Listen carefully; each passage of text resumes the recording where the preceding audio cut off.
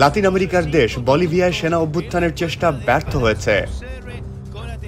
সদ্য বরখাস্ত হওয়া সেনাপ্রধান জেনারেল হুয়ান হোসে জুনিগা গত বুধবার অভ্যুত্থানের চেষ্টা করে। অভ্যুত্থান ব্যর্থ হওয়ার পর জুনিগাকে আটক করা হয়েছে।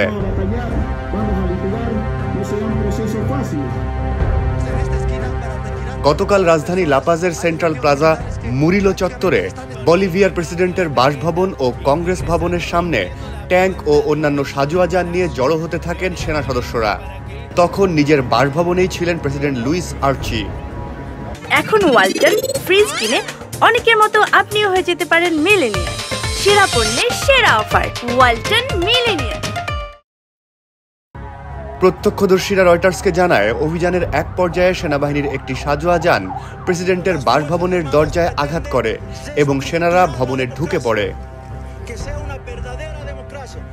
প্রেসিডেন্ট প্রাসাদ থেকে প্রেসিডেন্ট লুইস আর্চি এক বার্তায় বলেন, দেশ আজ অভ্যুত্থান প্রচেষ্টার সম্মুখীন।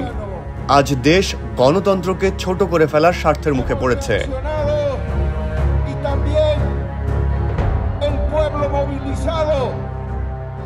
রয়টার্সকে একজন প্রত্যক্ষদর্শী জানায়, কয়েক ঘন্টা পরে সৈন্যরা প্রেসিডেন্টের বাসভবনের সামনে থেকে সরে যেতে দেখেছেন এবং পুলিশ চত্বরের নিয়ন্ত্রণ নেয়।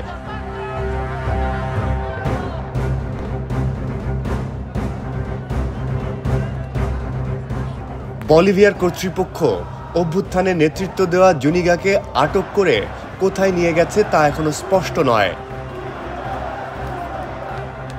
নতুন সেনাপ্রধান হিসেবে শপথ নিয়েছেন হোসে উইলসন সানচেজ। শপথ নিয়ে নতুন সেনাপ্রধান শান্তি ও শৃঙ্খলা ফিরিয়ে আনার আহ্বান জানান। অভ্যুত্থানে জড়িত সকল সেনা সদস্যদের তাদের ইউনিটে ফিরে যাওয়ার নির্দেশ দেন।